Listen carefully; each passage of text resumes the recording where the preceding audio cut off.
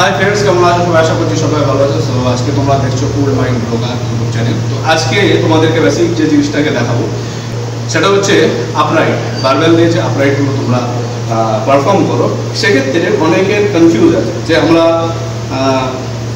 যখন গ্রিপ নেব, গ্রিপটা ব্রাইট করব নাকি ক্লোজ করবো, এই নিয়ে একটা কনফিউশনের মধ্যে থাকে।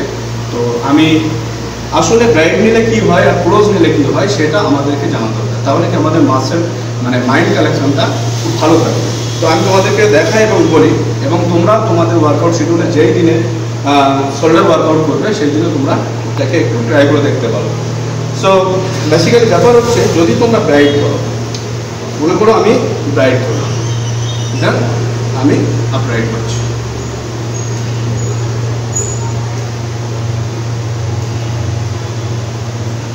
তো সেক্ষেত্রে আমরা যে ওয়ার্কআউটটা করি সেটা হলো আমাদের এই যে ফ্রন্ট যে ডেল্টয়েড রয়েছে, এই জায়গাটা কিন্তু আমাদের বিশেষ করে ইম্প্রুভ। যাদের এই জায়গাটা উইক রয়েছে তো তারা এই ওয়ার্কআউটটা করতে পারে। এবার ঘটনা হচ্ছে যারা ক্লোজ ধরে, ক্লোজের ক্ষেত্রে কী হয়, ক্লোজ ধরলে কী হয়, তোমরা কিন্তু ট্রাই করে দেখবে যে আমি ঠিকঠাক বলছি নাকি ভুলভাল বলছি। সো যদি আমি এটাকে আপরাইট পারি,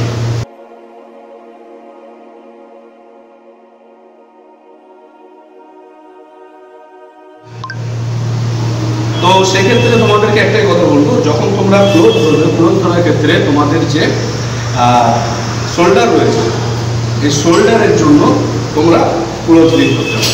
তো আমি তোমাদেরকে সাজেস্ট করবো, এবার তোমরা চিন্তা ভাবনা করবে যে তোমরা ব্রাইট ধরবে নাকি ক্লোজ ধরবে। সেক্ষেত্রে আমি তোমাদেরকে সাজেস্ট করবো যে তোমরা ফার্স্ট ব্রাইট ধরে 2 সেট মেরে নাও, 15 থেকে 20টা রিপিটেশন, দেন ক্লোজ ধরে তোমরা আবার 2 সেট মারো, 15 থেকে 20টা।